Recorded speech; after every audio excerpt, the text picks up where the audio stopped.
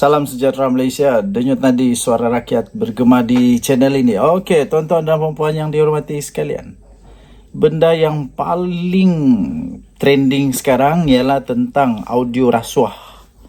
Audio rasuah yang sekarang ini memang di mana-mana, surat khabar, newspaper, malah ahli politik, pembangkang kah, kerajaan kah, rakan-rakan Anwar kah, musuh-musuh Anwar kah, musuh Zahid kah, kawan Zahid kah, semua sibuk pasal benda tu sekarang. Okey, dan nampaknya seolah-olah kes rasuah yang kali ini ni, yang bocor ini, seolah-olah dapat mempersatukan yang musuh dan yang kawan ya. Dapat mempersatukan yang musuh dan kawan. Bagus juga rasanya ada benda-benda pendedahan begini, sebab satu-satunya yang mereka boleh bekerjasama untuk sama suara, sama pendapat ialah untuk membenteras rasuah. Malang sekali ialah apabila ramai juga yang komen, yang bagi statement dekat newspaper kah, di mana-mana, Facebook kah, di WhatsApp kah, di X kah. Ramai juga yang cuba-cuba untuk bagi statement, minta itu ini, siasat lah apa semua. Tapi ramai juga yang tidak sedar bahawa dia sendiri pun kena cermin diri juga. Dia sendiri kena cermin diri juga. Ada juga ahli-ahli politik, pemimpin-pemimpin politik dia sebenarnya yang sekarang ini pun dalam masalah rasuah juga. Dan kita dapat lihat mana satu pemimpin, mana satu ahli-ahli politik yang berani, yang rasa dia itu betul, tidak ada masalah rasuah, dia bersuara. Dan bagi mereka yang tidak bersuara, kita tahu siapa yang tidak bersuara, itu anda sendiri boleh menilai siapa yang berani bersuara, siapa yang tidak berani bersuara. Dan ialah kita bolehlah membuat kesimpulan orang kampung. Orang-orang yang bercakap ni selalunya yang tidak takut apa-apalah. Tapi tengoklah orang-orang yang memang ada rasuah. Mana suara Muhyiddin yang sedang disiasat dalam rasuah, ada kes mahkamah macam Setiausaha Agung, bekas Setiausaha Agung Bersatu dulu, mana sudah dia tu yang pendek-pendek tu. Tidak pula bersuara. Lepas itu Akmal yang memang suka memboikot semua tu, dia pun belum bising lagi. Tak tahu kenapa, kita pun tidak pasti kenapa dia belum bising, tapi rasanya dah lama lagi dia bising lah tu. Jadi lepas tu tiba-tiba timbul pula adun daripada negeri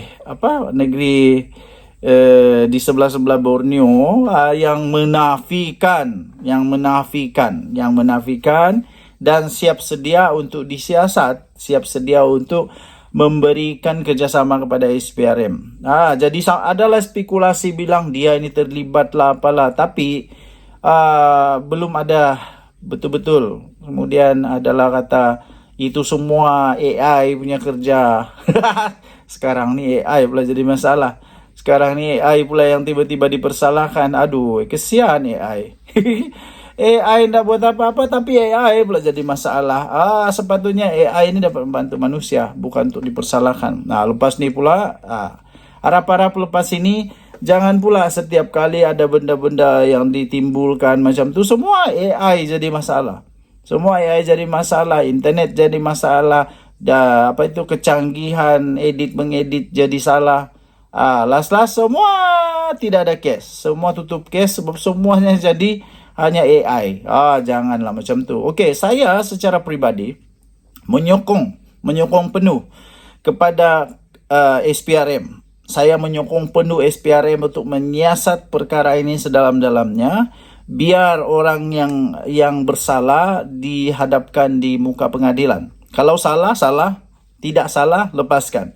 Kalau salah, tolong ambil perhatian dan ambillah tindakan segera supaya benda ni jangan lagi menjadi virus. Kalau memang betul dia berlaku, ini boleh menyebabkan kepincangan dalam projek-projek pembangunan.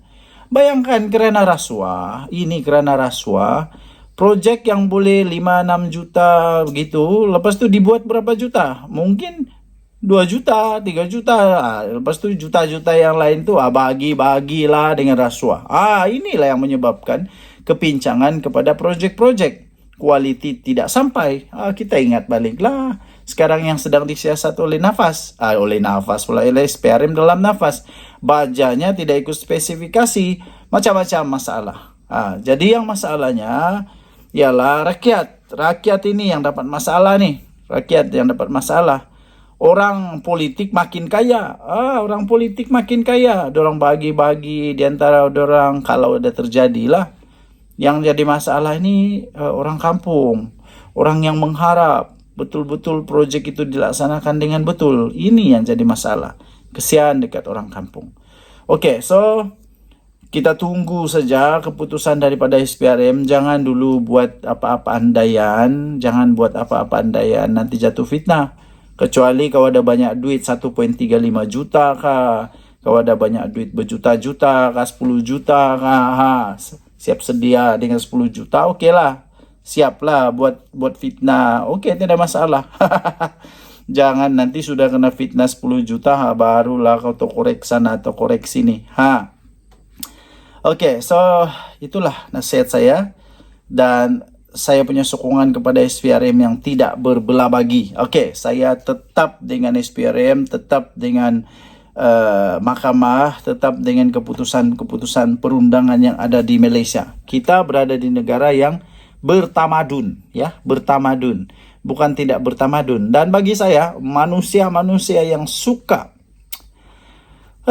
manusia yang suka makan duit haram daripada rasuah ni adalah manusia yang tidak bertamadun. Tidak bertamadun. Sedia. Lepas tu apa lagi? Makan duit haram tu daripada rasuah tu. Kalau dibagi makan pula pada anak bini, dibagi makan kepada orang lain. Itu semua kena fikir tau. Semua kena fikir. Senang. Kena undang-undang di dunia. Tapi jangan lupa. Selepas mati nanti, ada lagi undang-undang yang bakal akan ditemui. Undang-undang itu lebih berat kah? Undang-undang itu lebih parah. Lebih parah. Nanti masuk neraka selama-lamanya. Lebih baik bertobatlah. Cepat-cepat bertobat. Apapun agama Anda, saya pasti rasuah itu dosa. Rasuah itu dosa. Makan duit haram itu dosa. Tidak baik tau. Apalagi kalau duit itu sepatutnya membangun rumah-rumah ibadah, membangun tempat-tempat yang orang-orang susah, anak-anak yatim dan sebagainya yang perlu ditolong. Lepas tu dimakan pula kerana rasuah. Ini masalah. Oke, tinggalkan komen anda. Denyut Nadi Suara Rakyat bergema di channel ini. Bye-bye. Salam sejahtera Malaysia. Denyut Nadi Suara Rakyat bergema di channel ini. Tuan-tuan dan puan yang dihormati sekalian, benda paling memalukan di dunia ini adalah apabila kita pura-pura paling suci, paling murni, paling kau lah yang paling baik ke apakah, tapi terkantoi pula kau rupanya kepala segala pemfitnah. Kau rupanya pemfitnah lah. Lepas itu tapi bagus juga lah. Manusia-manusia kuat fitnah nih, rasanya orang terlalu banyak duit. Kenapa? Sanggup untuk hilang berjuta-juta ringgit. 1,3 juta, 300 ribu, 200 ribu, 40 ribu, macam-macam lah jumlah. Sanggup hilang demi untuk supaya dapat memfitnah. Supaya dapat memfitnah pertama. Kedua, supaya puas hati lah. Yang lahabaunya pula manusia-manusia walaun ni cepat betul dorang percaya. Apa aja dicakap semua percaya. Cakap A percaya, cakap B percaya, walaupun dah ada fakta, walaupun dah ada bukti, cakap saja. Percaya aja, yalah biasalah, lantak kamu lah. Kepala otak kamu kan jadi lantak kamu lah. Lantak kamu lah. Yang penting saya mau nasihati kepada kawan-kawan yang beragama, apa saja agama kamu, jangan ikut orang yang suka fitnah. Nanti lama-lama kamu pun suka fitnah. Lepas itu bila kamu sudah suka fitnah, lama-lama kamu pun jadi kepala fitnah juga. Apa jadi? Muhyiddin Yassin kalah di mahkamah kerana memfitnah Lim Guan Eng. Aduh, memfitnah Lim Guan Eng, kata macam-macam lah dia kata tentang Lim Guan Eng, dan akhirnya mahkamah mendapati bahawa Muhyiddin Yassin adalah pemfitnah. Dia penipu besar, pemfitnah besar. Apa yang tak besar? Dia punya saman tu bukan kecil tau, 1.35 juta kena saman. Disuruh bayar kepada Lim Guan Eng. Itulah kamu Muhyiddin, kamu suka betul kasih jadi orang-orang DAP ni kaya. Betul. Orang-orang PAS, orang-orang bersatu. Dulu si Papa Gamu. Papa Gamu suka betul diorang ini kasih kaya orang-orang PAS. Suka kasih kaya orang PKR. Sebab diorang fitnah, lepas tu bayar, kalah bayarlah, kaya bayar, kalah bayar. Bagus jugalah.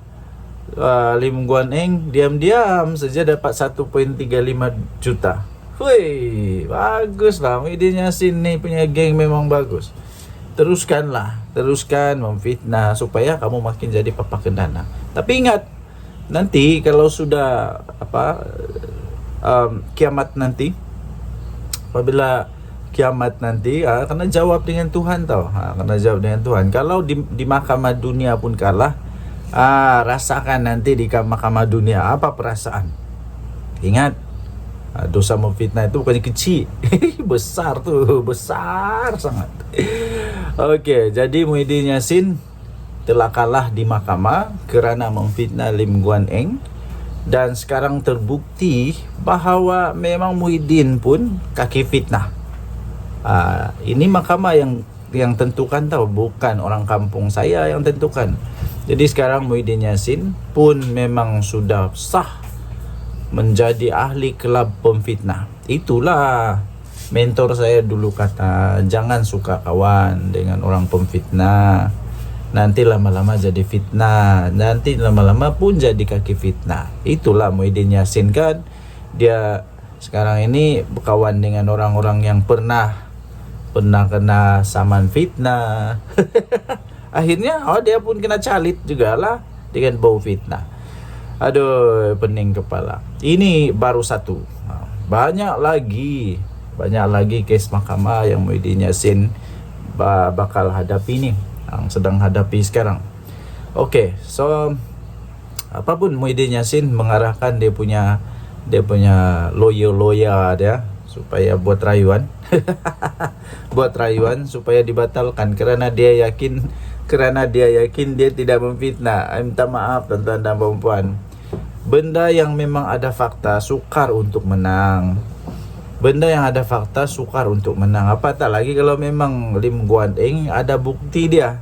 Apatah lagi kalau Lim Guan Eng ada bukti dia bukan dia yang tiada tanda tangan dia, siapa menteri waktu itu, batu bil macam-macam lah. Silap-silap Muhyiddin Yassin hanya buang duit saja untuk melawan balik ataupun apalah. Dan saya fikir satu benda, faktanya ialah kalau Muhyiddin Yassin memang yakin betul dia tidak salah, saya rasa dia pasti tidak akan serta-merta untuk menurunkan fitnah dia itu di Facebook dia itu, dia turunkan dari media sosial dia itu. Dia tidak akan turunkan dia punya kenyataan itu, ataupun dia tidak akan kasih buka lah serta-merta. Tapi kerana serta-merta dia buka dia punya hantaran itu, maksudnya dia betul tahu lah itu dia salah kan. Aduh, ketahuan kantoi salah, terpaksa buang lah dia punya post. Okey, tinggalkan komen anda dan nanti Suara Rakyat berkembali channel ini. Jangan lupa tekan butang subscribe, like dan share. Malaysia kita punya, cintai Malaysia aku, kita jaga kita jumpa lagi. Bye-bye. Salam sejahtera Malaysia. Dengan nadi Suara Rakyat bergema di channel ini. Teletubbies pula begini. Okey, tuan-tuan dan puan yang dihormati sekalian. Sekali ini saya mau educate lah. Saya mau educate orang-orang yang bakal pergi mengundi, yang sudah pernah mengundi. Saya mau bagi tahu kamu apa sebenarnya tugas utama MP, ya. Tugas utama ahli parlimen. Kamu tahukah apa tugas utama ahli parlimen? Tugas utama ahli parlimen menjadi wakil rakyat. Menjadi wakil rakyat. Ya. Bagi Anda yang ada pendapat sendiri, Anda boleh komen pada pendapat Anda, apa tugas utama wakil rakyat ataupun ahli parlimen? MP ni, apa tugas utama diorang ni? Bagi saya, tugas utama ahli parlimen atau kita sebut selalu MP adalah wakil rakyat. Sebagai suara rakyat. Mereka ini dibayar dengan allowance yang sangat tinggi. Kamu tahu tak berapa gaji diorang? Sangat tinggi, besar gaji diorang itu. Untuk membawa suara rakyat ke parlimen. Untuk menjelaskan masalah-masalah rakyat di tempat masing-masing kepada parlimen. Untuk mendapatkan bantuan daripada kerajaan di parlimen. Itu tugas utama ahli parlimen. Malangnya, tuan-tuan dan puan-puan, ketika Anda mengundi, Anda tak pernah fikir tentang benda ni kah? Pernahkah Anda mempertimbangkan bahawa orang yang bakal Anda undi itu masih mampukah kualiti diorang untuk jadi suara bagi Anda? Inilah yang saya heran apabila orang mengundi pembangkang Perikatan Nasional. Pelik juga. Kenapa orang undi PN yang sekarang ni nampak macam tiada kualiti ni?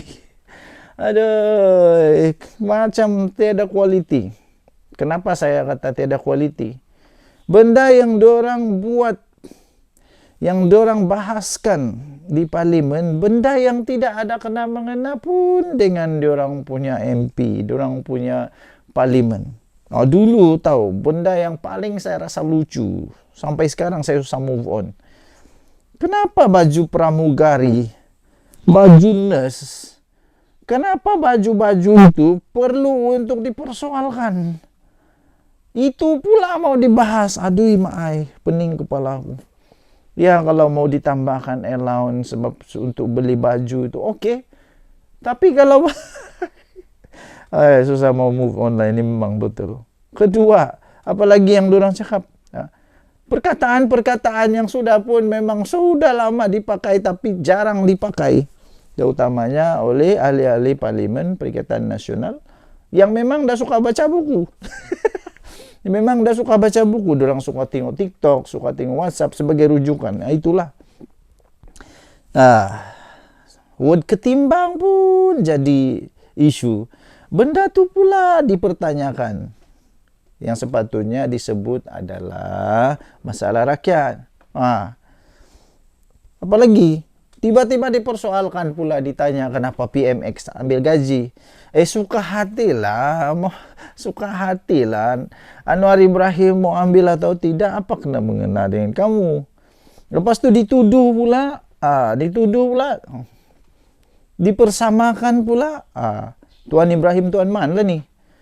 Tuan Ibrahim Tuan Man waktu dia punya sesi untuk berbahas, entah dia bukan bahaskan benda yang sepatutnya. Ambillah masa ni, sepatutnya ambil peluang yang betul ni untuk rakyat.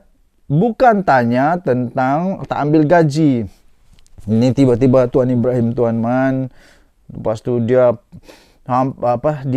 buat perbandingan pula. Seolah-olah dia buat perbandingan pula. Anwar Ibrahim dengan Rasulullah. Lepas itu orang di belakang dia, di tepi dia seluruh banyaklah orang ketawa. Kenapa? Kamu badut kah, Pak? Sepatutnya pembangkang ini adalah tugas dia semak dan imbang. Sepatutnya semak dan imbang buat balance di dalam isu ataupun polisi-polisi kerajaan. Mereka sepatutnya semak dan imbang. Bukan jadi badut. Ini sekarang sudah jadi badut. Kenapa? Datang pergi parlimen bukan untuk diketawakan, untuk mentertawakan, bukan. Parlimen itu bukan tempat sarang orang-orang badut. Ya, parlimen itu bukan tempat untuk orang-orang badut. bukan tempat untuk orang-orang yang suka mentertawakan orang, bukan. Parlimen itu tempat manusia-manusia bijak. Parlimen itu tempat manusia bijak. Jadi bagi Anda yang mau memilih manusia bijak, pastikan Anda pilih manusia yang betul-betul bijak, bukan badut-badut. Bukan yang datang sana hanya untuk cerita benda-benda badut. Tak begitu ya. Jadi saya haraplah rakyat Malaysia, saya harap Anda makin bijak. Makin bijak. Jangan makin tak bijak. Jangan pikir yang penting undi dia. Bukan. Fikir jangka panjang, ya. Fikir jangka panjang. Aduh, fikir jangka panjang. Jadi kalau mau undi, fikirlah baik-baik, ya. Oke, Denyut Nadi Suara Rakyat bergema di channel ini. Jangan lupa tekan butang subscribe, like dan share. Bye-bye.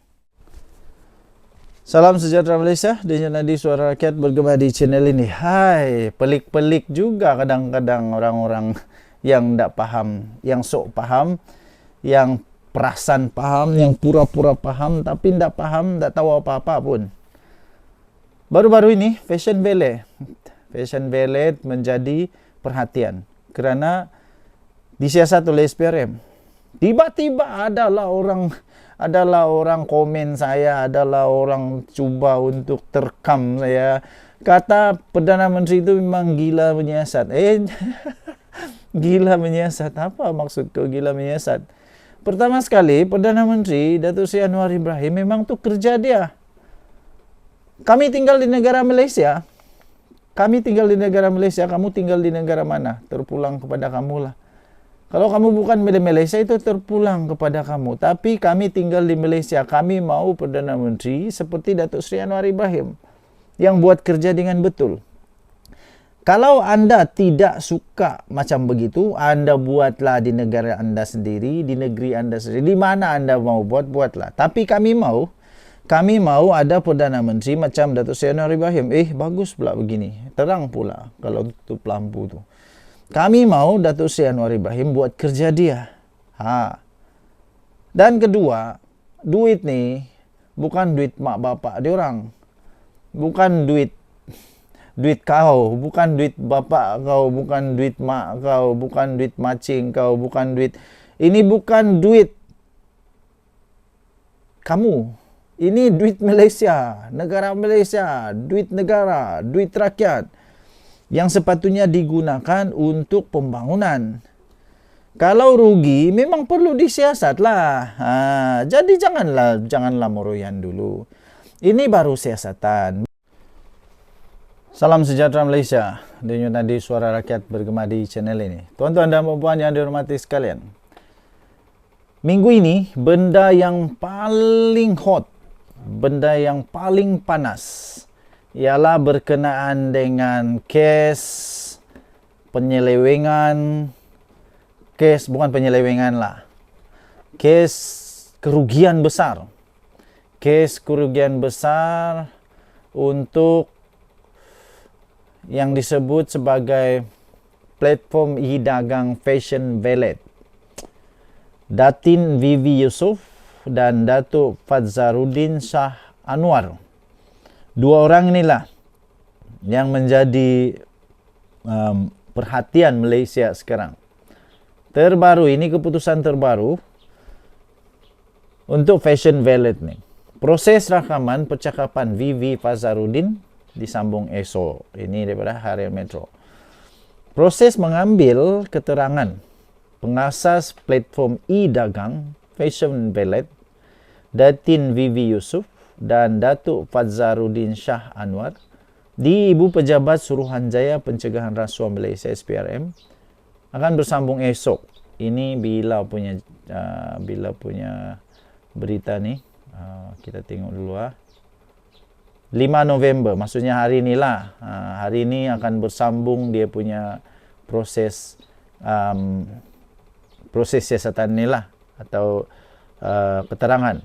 Menurut sumber, proses rakaman percakapan itu adalah bagi membantu siasatan mengikut Seksyen 18 Akta SPRM 2009. Difahamkan proses ambil keterangan itu dijangka akan selesai pada jam 10 malam. Pasangan terbabit sebelum itu telah hadir di Ibu Pejabat SPRM pada jam 2.30 petang. Kehadiran mereka disahkan sendiri oleh Ketua Pesuruhjaya SPRM Tan Sri Azam Baki.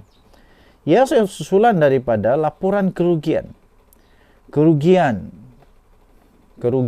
pelaburan dana Hazanah Nasional Berhad Hazanah dan permodalan nasional berhad PNB dalam Fashion Valet yang berjumlah 43.9 juta. Luar biasa kerugian ini. Ini memang luar biasa. Kerugian 43.9 juta ini memang satu yang sangat luar biasa di dalam perniagaan. Lagi pula Fashion Valet ni apa dia punya portfolio sebenarnya. Apa dia punya ni memang agak luar biasa lah. Sebab itu disiasat oleh SPRM. Jangan pula lepas ni kata Anwar Ibrahim ni gila menyiasat. Tidak, ini duit negara Malaysia, duit negara Malaysia. Kalau duit mamak kau, duit bapak kau, duit nenek kau, duit aki kau, suka hati kamu lah. Mau buat apa, buatlah. Kamu mau buang kah, mau bakar kah, mau apa, mau beli apa, mau labur di mana, suka hati kamu lah. Itu kamu punya duit. Mak bapak kamu punya duit, datuk nenek engkau punya duit. Tapi ini duit rakyat Malaysia, duit negara. Memanglah kena siasat.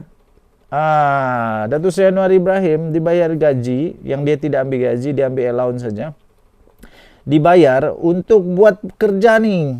Kenapa kamu suka kah dia jadi Perdana Menteri yang gaji buta?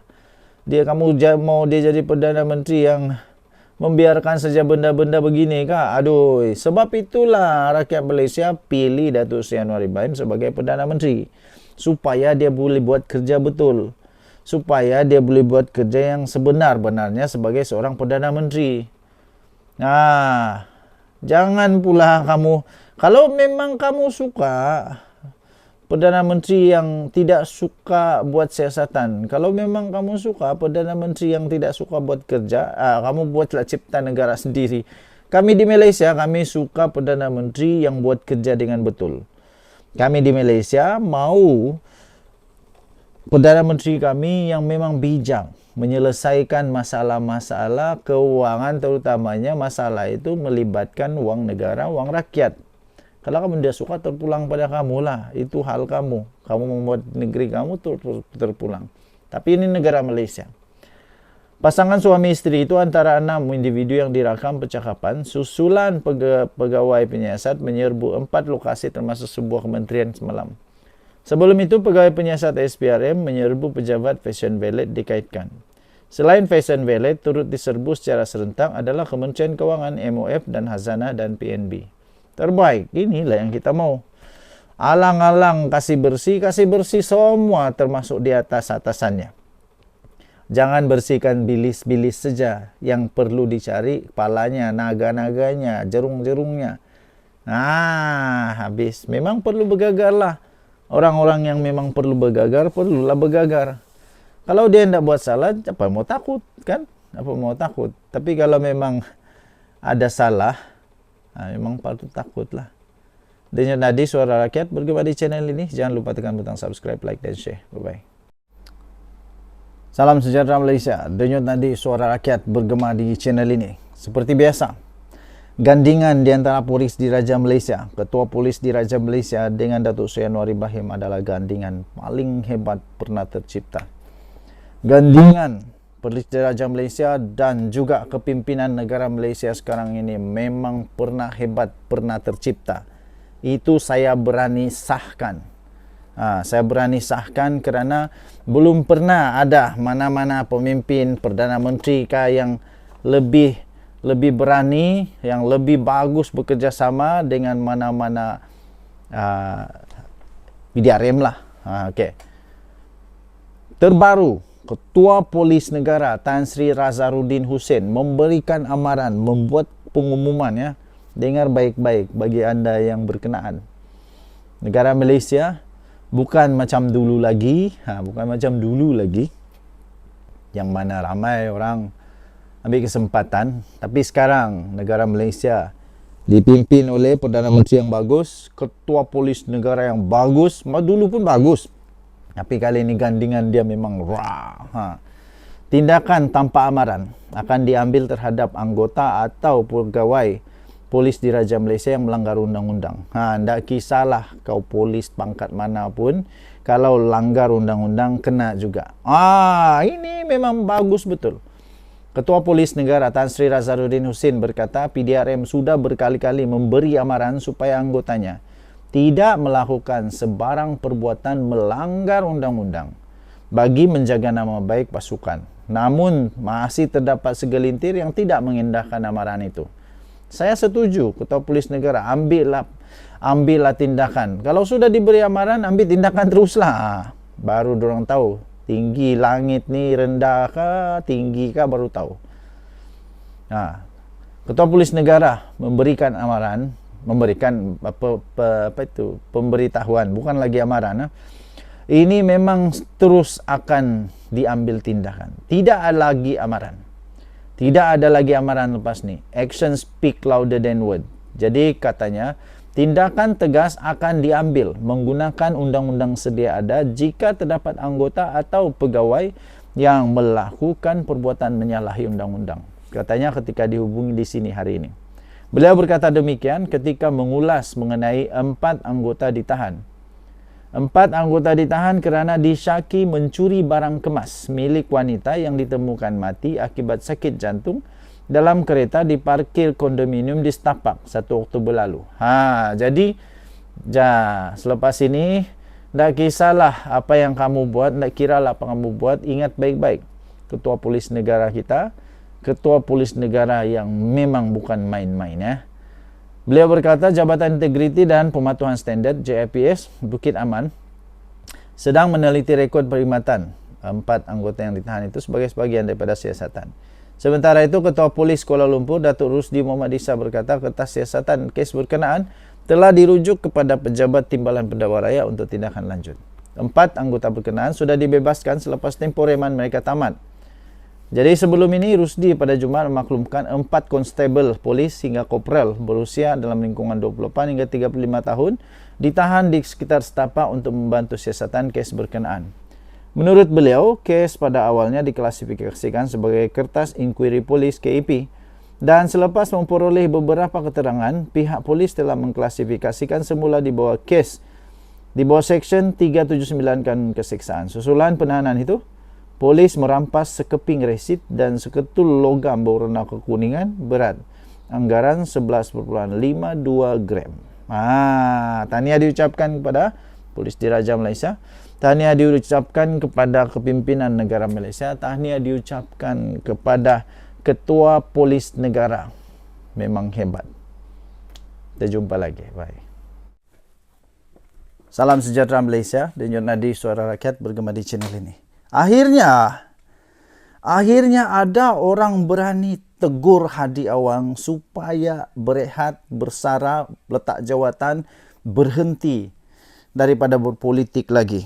Jangan sampai engkau mengajar ajaran sesat pula.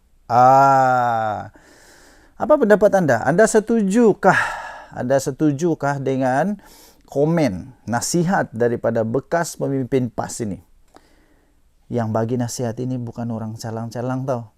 Dia bekas pemimpin PAS, dia bekas YDP yang dipertua Yayasan Dakwah Islamia Malaysia Yadim. Paling best, paling saya terkejut apabila dia kata Hadi Awang patut berehat. Patut berehat dah. Tapi pengikut dia angkat dia. Pengikut Hadi Awang mengangkat Hadi Awang sampai ke tahap dewa. Sampai sesiapa pun tak berani nak nasihat dia supaya berehat. Itu bekas pemimpin PAS sendiri yang beritahu. Hadi Awang patutlah letak jawatan, bersarang, jangan lagi main politik, dan jangan lagi lah untuk buat sampai negara makin pening kepala, makin tak keruan sekarang ini. Aduh, apa pendapat anda? Hadi Awang patut letak jawatan dan berehat. Ini berlaku selepas mimpi dia berjumpa dengan Rasulullah yang memang sekarang ini hangat di seluruh Malaysia. Sampai bekas pemimpin PAS, Datuk Muhammad Nokai Ahmad. Siapa dia ni? Bekas yang dipertua Yayasan Dakwah Islamiah Malaysia atau YADIM. Dia kata, tiada yang berani untuk nasihatkan Hadi Awang. Walaupun Hadi Awang memang sepatutnya sudah lama patut untuk supaya dia berehat. Apa maksud berehat? Letak jawatan. Apa maksud letak jawatan? Berhentilah daripada buat onar lah, buat heboh, buat kecoh, buat semua orang makin bengong ni. Yang terbaru ini yang memang betul-betul ini saya pun tidak faham. Oleh kerana saya bukan agama Islam, jadi saya tidak fahamlah apa implikasi dia, apa hukum dia berjumpa dengan Nabi Muhammad SAW di dalam mimpi. Sampai bekas pemimpin PAS ini, iaitu juga bekas YDP Yayasan Dakwah Islamia ini, iaitu Datuk Muhammad Nakai Ahmad ini, dia kata, tanda-tanda awal ajaran sesat ialah wujud ajaran baru. Wujud ajaran baru itu diambil daripada mimpi bertemu dengan Nabi dan menerima arahan. Kita harap-harap, jangan pula tiba-tiba Hadi Awang kata dia terima arahan daripada Nabi Muhammad SAW. Kita harap-harap janganlah. Sebab menurut Datuk Muhammad Nakai Ahmad ni, tanda awal ajaran sesat ialah wujud ajaran baru diambil daripada mimpi yang bertemu dengan Nabi SAW dan menerima arahan. Kita risau itu berlaku pula. Risau itu berlaku. Jadi jangan sampai orang-orang yang jahil, yang tak tahu apa-apa, yang bukan tak tahu apa-apa lah, yang sudah ada ikatan dengan Hadi Awang. Akhirnya apa aja dia cakap ikut je. Apa saja dia cakap ikut je. Semua orang salah, semua mufti salah, semua orang-orang yang patut sebenarnya untuk didengar dia punya nasihat semua salah. Yang betul hanya satu, iaitu Hadi Awang. Satu-satunya yang betul Hadi Awang. Jangan sampai begitu ya. Kalau sampai begitu, memang masalah besar. Memang masalah besar dan patut untuk dihentikan segera. Okey? So, saya setuju. Bukan kerana pasal mimpi ke apa, tidak. Tapi saya setuju untuk Hadi Awang letak jawatan, berehat, bersara daripada politik kerana dia sudah semakin tua. Dia sudah semakin tua dan pada pendapat saya Hadi Awang tidak mampu lagi menggalas tanggungjawab dia sebagai ahli parlimen. Kenapa? Sudah terbukti berpuluh-puluh kali dia tidak datang parlimen sejak dia jadi ahli parlimen. Kenapa lagi perlu dia jadi ahli parlimen kalau sudah dia tidak mampu untuk jadi ahli parlimen? Ini yang menjadikan lebih pelik, lebih parah, lebih mengejutkan. Denyut nadi suara rakyat bergema di channel ini. Jangan lupa tekan butang subscribe, like dan share. Malaysia kita punya, cintai Malaysia aku. Kita jaga kita. Kita jumpa lagi, bye-bye. Salam sejahtera Malaysia. Denyut nadi suara rakyat bergema di channel ini. Benda yang paling panas ya setakat ini, benda yang paling panas untuk minggu ini. Benda yang paling panas untuk minggu ini salah satunya ialah tentang permohonan maaf Najib Razak. Permohonan maaf Najib Razak.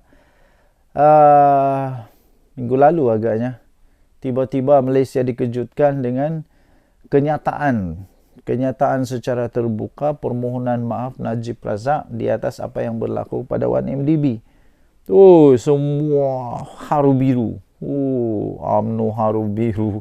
Semualah peminat-peminat Najib haru biru, makcik-makcik, nenek-nenek, yaki-yaki, siapa lagi, atuk-atuk, uncle-uncle, penyokong Najib, semua jadi haru biru. Terkejut terkejut. Benda tu memang betul lah. Tapi bukan itu yang paling hebat. Yang paling hebat adalah ketika Datuk Seri Anwar Ibrahim keluarlah berita. Keluarlah berita yang tajuk dia PMX Anwar Ibrahim terima permohonan maaf Najib Razak. Tu aku tahu dah. Ini mesti walaun. Semua orang akan muncul entah berjelah-jelah lah, batu orang. Ini memang kena kritik habis lah ni. Minta maaf. Anda salah faham. Rupa-rupanya apa yang disebut oleh Perdana Menteri Datuk Seri Anwar Ibrahim melalui kenyataannya secara rasmi di dalam official social media dia tu, dia bukan kata dia terima permohonan maaf, tapi dia kata dia terima baik permohonan maaf itu. Berbeza di antara menerima permohonan maaf dan menerima baik permohonan maaf. Berbeza, tuan-tuan dan puan-puan. Datuk Seri Anwar Ibrahim bukan mengampuni kesalahan Najib Razak in term of undang-undang. Jangan salah faham. Selama ini yang paling konsisten melawan ketidakbetulan, melawan semua salah-salahku di dalam 1MDB, yang paling konsisten adalah Datuk Seri Anwar Ibrahim. Memang tidak logik, tidak masuk akal apabila tiba-tiba lah konon-konon lah orang mula Anwar Ibrahim memaafkan, memberikan pengampunan kepada Najib Razak. Tidak, kamu salah faham. Lagipun apa kuasa Anwar Ibrahim untuk memaafkan dia? Kita ada undang-undang. Yang berlaku ni bukan kecil-kecil. 1MDB bukan kecil-kecil, berbilion-bilion. Yang menyebabkan negara kerugian, rakyat kerugian. Semua orang terjejas kerana hutang daripada 1MDB ni. Jadi apa kena mengenal pula dengan Datuk Seri Anwar Ibrahim? Datuk Seri Anwar Ibrahim berkata dia menerima baik permohonan maaf. Maksudnya dia okey lah. Okey. Macam kau jugalah. Bila orang minta maaf kepada orang lain, bukan kau yang maafkan, tapi kau menerima baik. Maksudnya kau gembiralah dia tu sudah berubah. Kau gembiralah dia itu sudah bertobat. Kau gembiralah dia itu sudah sedar. Kau gembiralah bahwa dia itu sudah berbaik dengan masa lampau dia. Itu begitu ya tuan-tuan dan puan-puan yang dihormati sekalian. Kemudian bagaimana pula dengan nanti kes mahkamah? Sudah terbukti pun. Selepas Datuk Seri Najib Tun Razak minta maaf, apa yang terjadi? Dia dilepaskan? Tidak. Kamu silap. Dia tidak dibebaskan. Malah dia memang telah pun diarahkan untuk membela diri di mahkamah. Maksudnya tiada campur tangan daripada Anwar Ibrahim. Siapa yang kata Datuk Seri Anwar Ibrahim campur tangan tu? Temakanlah kamu, ludah kamu sendiri, ambil kamu. Sudahlah memfitnah. Bertobatlah cepat-cepat. Yang suka memfitnah itu bertobat cepat-cepat ya. Okey, jadi adakah PMX tiba-tiba berubah selepas bergabung dengan Perikatan Nasional dengan Barisan Nasional? Minta maaf, tidak. PMX Datuk Seri Anwar Ibrahim masih sama dulu, sekarang, sampai selama-lamanya. Dia akan lawan rasuah sampai selama-lamanya. Bagi anda yang memang sudah takut, terbaik bertobat cepat ya. Bertaubat cepat-cepat, pergi sembahyanglah. Bagi anda yang Kristian, pergi sembahyang di gereja, minta ampun cepat-cepat. Begitu. Okey, Denyut Nadi Suara Rakyat bergema di channel ini. Jangan lupa tekan butang subscribe, like dan share. Bye-bye. Salam sejahtera Malaysia. Denyut Nadi Suara Rakyat bergema di channel ini. Akhirnya ada orang berani tegur Hadi Awang supaya berehat, bersara, letak jawatan, berhenti daripada berpolitik lagi. Jangan sampai engkau mengajar ajaran sesat pula. Apa pendapat anda? Anda setujukah dengan komen, nasihat daripada bekas pemimpin PAS ini? Yang bagi nasihat ini bukan orang calang-calang tau. Dia bekas pemimpin PAS, dia bekas YDP yang dipertua Yayasan Dakwah Islamiyah Malaysia Yadim. Paling best, paling saya terkejut apabila dia kata, Hadi Awang patut berehat. Patut berehat dah. Tapi pengikut dia angkat dia. Pengikut Hadi Awang mengangkat Hadi Awang sampai ke tahap dewa. Sampai ke tahap dewa. Sampai sesiapa pun tak berani nak nasihat dia supaya berehat. Wow, itu bekas pemimpin PAS sendiri yang beritahu.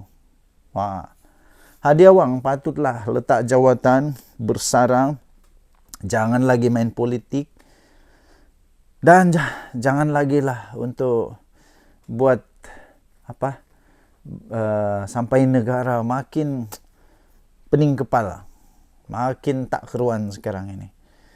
Aduh, apa pendapat anda? Hadi Awang patut letak jawatan dan berehat.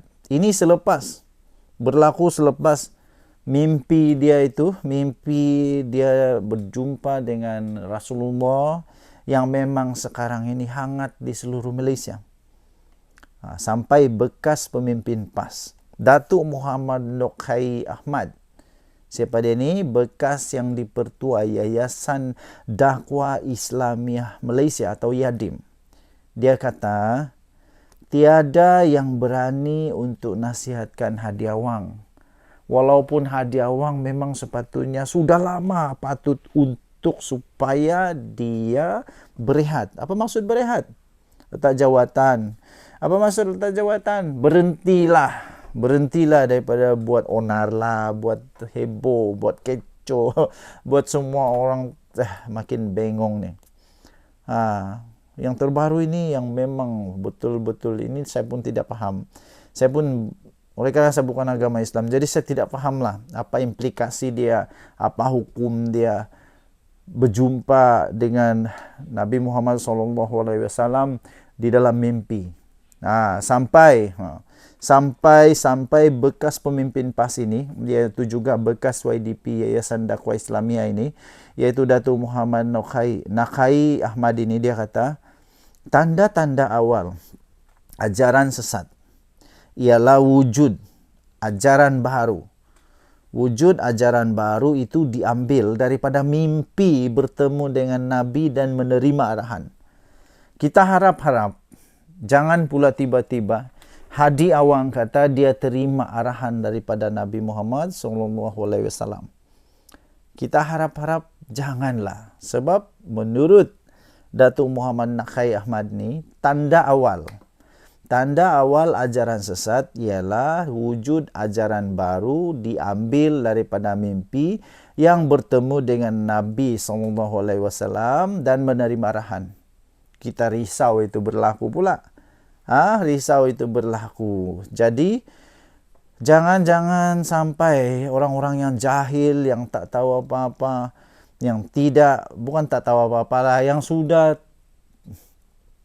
ada ikatan dengan Hadi Awang, akhirnya apa aja dia cakap ikut je, apa saja dia cakap ikut je. Semua orang salah, semua mufti salah, semua orang-orang yang patut sebenarnya untuk didengar dia punya nasihat semua salah. Yang betul hanya satu, iaitu Hadi Awang.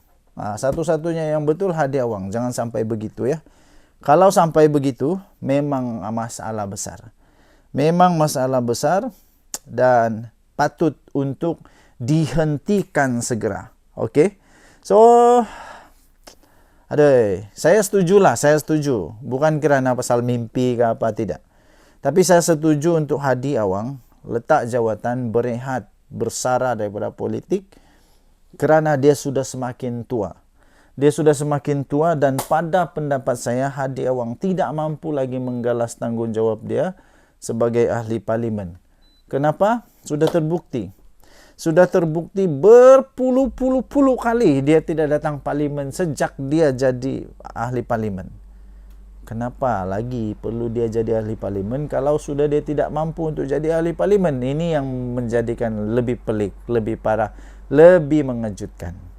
Denyut nadi suara rakyat bergema di channel ini. Jangan lupa tekan butang subscribe, like, dan share. Malaysia kita punya, cintai Malaysia aku. Kita jaga kita. Kita jumpa lagi, bye-bye. Salam sejahtera, selamat pagi tuan-tuan dan puan yang dihormati sekalian. Saya nih bukan orang yang suka sangat untuk rasa excited ke. Oke, terus bersama-sama dalam video ini sebab kita akan bahas benda yang paling seru, paling menarik. Saya challenge Anda untuk jangan ketawa. Jangan ketawa, tapi saya lebih dahulu ketawa. Kenapa? Apa yang kita mau cakap nih? Memang MP Perikatan Nasional nih, memang kadang-kadang diorang ini seolah-olah otak masuk air. Otak masuk air. Aduh, apa tidaknya? Kita mau cakap nih beberapa MP daripada pembangkang nih, daripada Perikatan Nasional yang seolah-olah masuk air otak nih. MP Pendang, MP Langkawi, paling lucu MP Langkawi. Kejap lagi aku beritahu kamu. Lepas tu ketua kepada pembangkang, walaupun dia bukan ketua pembangkang, tapi macam dia nih tahap dewa nih. MP Pendang, MP Langkawi, Hadi Awang, memang hebatlah orang-orang nih. Rata-rata MP pembangkang nih yang paling pelik, mereka nih suka gunakan apa? TikTok dan WhatsApp untuk jadi rujukan harian tau. Aku pun tak paham macam mana pengundi-pengundi boleh percaya dengan manusia-manusia begini nih, yang tengok TikTok, tengok WhatsApp sebagai rujukan.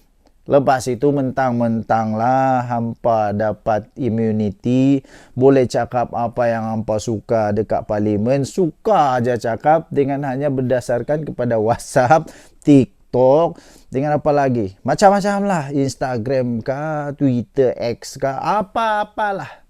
Yang aku heran, macam mana manusia MP begini nih? Kenapa orang percaya dengan mereka nih? Tak pastilah. MP Pendang. MP Pendang lagi ni nombor satu parah. Tiba-tiba dia kata dekat Dewan Rakyat, dia kata ada bekas menteri DAP, ada 94 juta ringgit ditemui di rumah. Alih-alih SPRM, ketua Pesuruhjaya SPRM menafikan benda tu. Rupa-rupanya makcik-makcik, tuan-tuan dan puan, benda ni kes lama. Dan kes ini sudah diklasifikasi, tak ada apa-apa berlaku pun. Tak ada berlaku apa-apa. Tidak dapat dibuktikan, tiada. Jadi, barulah MP Pendang ini tiba-tiba seolah-olah dia tak tahu apa-apa langsung apa yang berlaku dekat Malaysia. Seolah-olah dia tak tahu apa-apa langsung, dia keluarkan benda ni semula. Dia kena betul lah kali ini. MP Langkawi. MP Langkawi pelik bin ajaib diorang ni. Saya pun tak faham macam mana Mahathir boleh kalah dengan dia. Saya pun tidak dapat faham, tidak dapat saya hadam macam mana MP Langkawi yang ada sekarang ini boleh kalahkan Mahathir. Saya pun tidak dapat hadam tahu. Beyond my understanding, memang beyond my comprehend.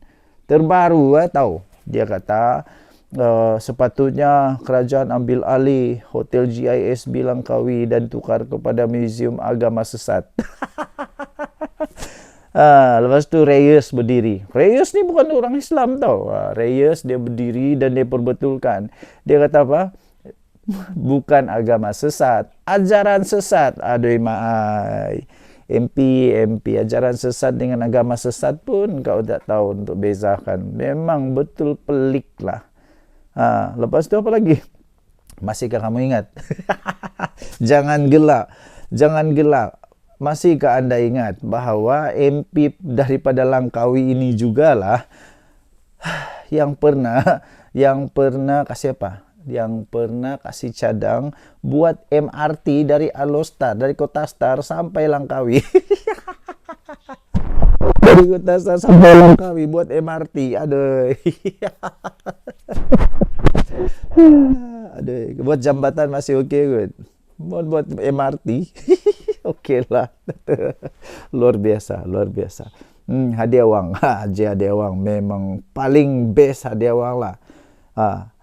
Dia ni jarang datang ke parlimen. Kenapa? Ya mungkin alasan dia kerana dia uzur lah. Mungkin lah. Sebab ya kita boleh terima dia uzur. Tapi tahu tak? Anwar Ibrahim dengan Hadi Awang umur diorang rupanya hampir sebaya. Tak jauh mana pun beza. Mungkin 3-4 tahun beza. Tapi Anwar Ibrahim melusuk dunia jalan sana jalan sini untuk mampu untuk cari kita punya investor supaya negara Malaysia dapat ekonomi yang bagus. Pada masa yang sama Hadi Awang kalau dia boleh datang parlimen itu satu yang miracle tau. Dapat datang ke parlimen itu benda yang miracle. Tak tahu kenapa. Lepas tu ialah paling heran macam mana orang masih boleh undi dia ni. Datang parlimen benda dapat sudah uzur selalu tapi masih undi. Nah, lantak korang lah. Lantak kamu lah. Orang yang undi dia tu memang tak kisah pun. Memang tak kisah sama ada Hadi Awang dapat datang parlimen kah, dah dapat datang parlimen kah, memang orang tak kisah. Orang tak kisah. Yang penting Hadi Awang.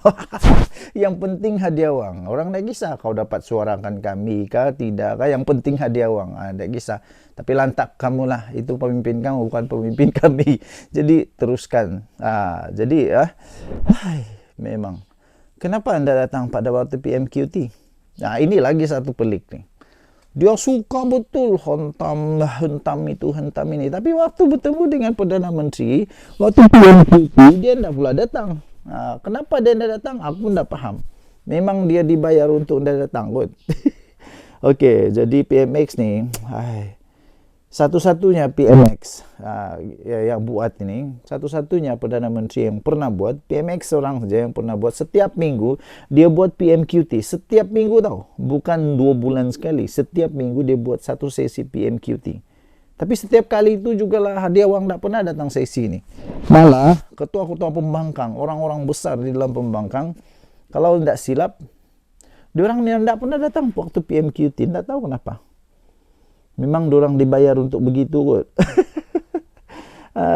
Jadi pada sesi inilah sepatutnya datang dan tanya. Tapi yang pelik dia apa? Waktu Hadi Awang datang ke parlimen, sudahlah Perdana Menteri waktu tu tiada. Dia datang waktu Perdana Menteri tiada. Lepas tu dia bawa apa? Suara apa? Dia bawa suara parlimen, rakyat parlimen dia. Tidak. Dia pergi tanya pula kenapa Anwar Ibrahim ndak ambil gaji. Aduh. Aku pening terus. Apa ni? Ini ahli parlimen ke apa ni? Ahli parlimen sepatutnya dia bawa suara rakyat di parlimen dia. Bukan tanya kenapa ndak ambil gaji. Ndak apalah, lantak kamulah, suka hati kamulah. Inilah yang berlaku di dalam Perikatan Nasional. Inilah yang berlaku apabila pembangkang memang pandai betul buat kerja. Denyut nadi suara rakyat bergema di channel ini. Jangan lupa tekan butang subscribe, like dan share. Malaysia kita punya, cintai Malaysia aku, kita jaga kita. Bye bye.